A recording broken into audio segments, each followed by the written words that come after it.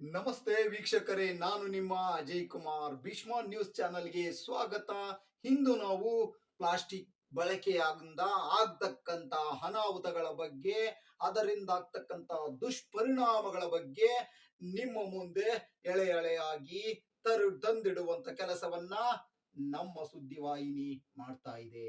ಏನಪ್ಪಾ ಅಂತಂದ್ರೆ, ನಮ್ಮ ಇಂದಿನ ಯುವ ಜನತೆ ಪ್ಲಾಸ್ಟಿಕ್ ಬಳಕೆಯನ್ನು ಅತಿ ಹೆಚ್ಚು ಬಳಕೆಯನ್ನ ಮಾಡ್ತಾ ಇದ್ದಾರೆ. ಯಾಕಪ್ಪ ಅಂದ್ರೆ ಎಲ್ಲಂದರಲ್ಲಿ ಪ್ಲಾಸ್ಟಿಕ್ ಅನ್ನ ಬಿಸಾಡ್ತಾ ಇದ್ದಾರೆ. ಇದರ ಬಳಕೆಯಿಂದ ಅತಿ ಹೆಚ್ಚು ಈ ಭೂಮಿಯ ಮೇಲೆ ಅನಾಹುತಗಳೇ ಜಾಸ್ತಿ ಆಗ್ತಾ ಇದ್ದಾವೆ. ಯಾಕಪ್ಪ ಅಂತಂದ್ರೆ, ಈಗ ನಾವು ನೋಡೋದಾದ್ರೆ, ನಾವು ಭೂಮಿಯಲ್ಲಿ ಪ್ಲಾಸ್ಟಿಕ್ ಬಾಟಲ್ಗಳ ಅಥವಾ ಪ್ಲಾಸ್ಟಿಕ್ ವಸ್ತುಗಳನ್ನ ಎಲ್ಲಂದರಲ್ಲಿ ಬಿಸಾಡುವುದರಿಂದ ಅದರಿಂದ ಭೂಮಿಯೊಳಗಡೆ ಸೇರಿ ಭೂಮಿಯಲ್ಲಿರ್ತಕ್ಕಂಥ ಒಂದು ಫಲವತ್ತತೆ ಏನಿದೆ, ಆ ಫಲವತ್ತತೆಯನ್ನ ಕಳೆದುಕೊಳ್ಳುವುದರ ಜೊತೆಯಲ್ಲಿ ಅದು ತನ್ನಲ್ಲಿರ್ತಕ್ಕಂಥ ವಿಷ ಅನಿಲವನ್ನ ಆ ಪ್ಲಾಸ್ಟಿಕ್ ಭೂಮಿಯೊಳಗಡೆ ಸೇರಿಸ್ತಾ ಇದೆ.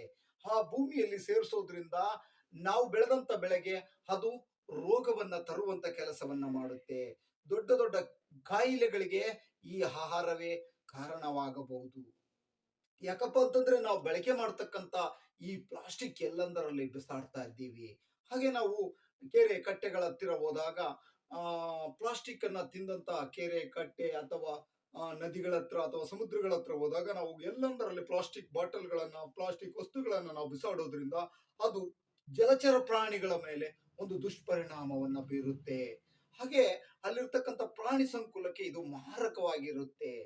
ಹಾಗೆ ನಾವು ಮುಂದೆ ಹೋದಾಗ ಕಾಡಿನಲ್ಲಿ, ಅಂದ್ರೆ ಅರಣ್ಯ ಪ್ರದೇಶಗಳಲ್ಲಿ ನಾವು ಹೋದಾಗ ಬಿಸಾಡುವಂತ ಪ್ಲಾಸ್ಟಿಕ್ ವಸ್ತುಗಳು ನಮ್ಮ ಒಂದು ಏನು ಈ ದೇಶದ ಒಂದು ಅತ್ಯದ್ಭುತವಾಗಿರ್ತಕ್ಕಂಥ ಏನು ಪ್ರಾಣಿ ಸಂಕುಲ ಏನಿದೆ, ಈ ಪ್ರಾಣಿ ಸಂಕುಲಕ್ಕೆ ಇದು ಒಂದು ಮಾರಕವಾಗಿ ಬೀಳ್ತದೆ. ಯಾಕಪ್ಪ ಅಂದ್ರೆ, ಪ್ಲಾಸ್ಟಿಕ್ ಅನ್ನ ನಾವು ಎಲ್ಲಂದರಲ್ಲಿ ಬಿಸಾಡೋದ್ರಿಂದ ಅದು ಪ್ರಾಣಿಯ ಕಾಲಿಗೆ ಸಿಕ್ಕೊಂಡಿರ್ಬೋದು, ಅಥವಾ ಪ್ರಾಣಿಯ ಕುತ್ತಿಗೆಗೆ ಸಿಕ್ಕೊಂಡಿರ್ಬೋದು, ಅಥವಾ ಪ್ರಾಣಿಯ ದೇಹದ ಯಾವುದೋ ಒಂದು ಭಾಗದಲ್ಲಿ ಸಿಕ್ಕೊಂಡಾಗ ಅದರ ಒಂದು ಪರಿಣಾಮ ಪ್ರಾಣಿ ಇಲ್ಲ ಸಾಯಲೂಬಹುದು, ಅಥವಾ ಅದು ಹಂತವಾಗಿ ನೋವಿನಿಂದ ನರಳುವಂತ ಕೆಲಸವನ್ನ ಮಾಡಿ ಅದು ಅಳಿವಿನಂಚಿಗೆ ಕೂಡ ಬರುವಂತ ಕೆಲಸವನ್ನ ಮಾಡುತ್ತೆ. ಯಾಕಪ್ಪ ಅಂತಂದ್ರೆ, ನಾವು ಬಿಸಾಡದಂತ ಪ್ಲಾಸ್ಟಿಕ್ ವಸ್ತುಗಳು ಪ್ರಕೃತಿಯಲ್ಲಿ ಸೇರಿದಾಗ ಅದರಲ್ಲಿರ್ತಕ್ಕಂಥ ವಿಷ ಅನಿಲವು ನಾವು ಏನು ಗಾಳಿಯಲ್ಲಿ ಸೇರಿರ್ತಕ್ಕಂಥ ಕೆಲಸವನ್ನ ಮಾಡುತ್ತೆ.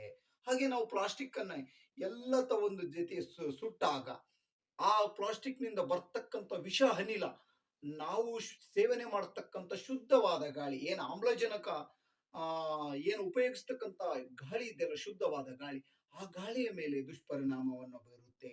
ಹಾಗೆ ಓಜೋನ್ ಪದರು ಅಂತೇಳಿ ಸೂರ್ಯನ ಕೆಳಭಾಗದಲ್ಲಿ ಬರ್ತಕ್ಕಂಥ ಒಂದು ಪದರು ಏನಿದೆ, ಆ ಪದರಿಗೂ ಕೂಡ ಇದು ಅಪಾಯವನ್ನು ಉಂಟು ಮಾಡುತ್ತೆ. ನಮ್ಮ ಇಂದಿನ ಯುವ ಜನತೆ ಎಚ್ಚೆತ್ತುಕೊಳ್ಬೇಕು.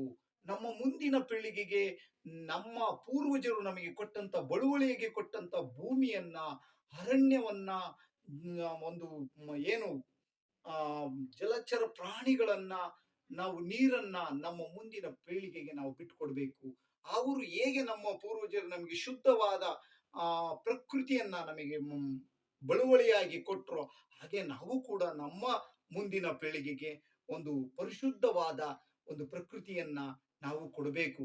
ಯಾಕಪ್ಪ ಅಂತಂದ್ರೆ, ನಮಗೆ ನಮ್ಮ ಪೂರ್ವಜರು ಕೊಟ್ಟಂತ ಅನೇಕ ಪೂರ್ವಜರು ನಮಗೆ ಬಳುವಳಿಯಾಗಿ ಕೊಟ್ಕಂತ ಬಂದಂತದ್ದನ್ನ ನಾವು ನಮ್ಮ ಕೈಯಾರೆ ನಾವೇ ಹಾಳು ಮಾಡ್ಕೊಳ್ತಾ ಇದ್ದೀವಿ. ಇಂದಿನಿಂದಾದರೂ ಯುವ ಜನತೆ ಕೊಂಚ ಎಚ್ಚೆತ್ತುಕೊಂಡು ಎಲ್ಲಂದರಲ್ಲಿ ಪ್ಲಾಸ್ಟಿಕ್ ಅನ್ನ ಬಿಸಾಡುವುದು ಅಥವಾ ಬಳಕೆ ಮಾಡುವುದನ್ನ ಕಡಿಮೆ ಮಾಡಬೇಕು. ಪ್ಲಾಸ್ಟಿಕ್ ಬಳಕೆಯಿಂದ ಆಗ್ತಕ್ಕಂಥ ಅನಾಹುತಗಳ ಬಗ್ಗೆ ಕೊಂಚ ಯೋಚಿಸಿ ನಮ್ಮ ಮನುಕುಲವನ್ನ, ನಮ್ಮ ಮುಂದಿನ ಪೀಳಿಗೆಯನ್ನ ರಕ್ಷಿಸಬೇಕು ಅಂತ ಹೇಳ್ಬಿಟ್ಟು ಈ ಮೂಲಕ ತಮ್ಮಲ್ಲಿ ವಿನಂತಿಸಿಕೊಳ್ತಾ ಇದ್ದೀನಿ.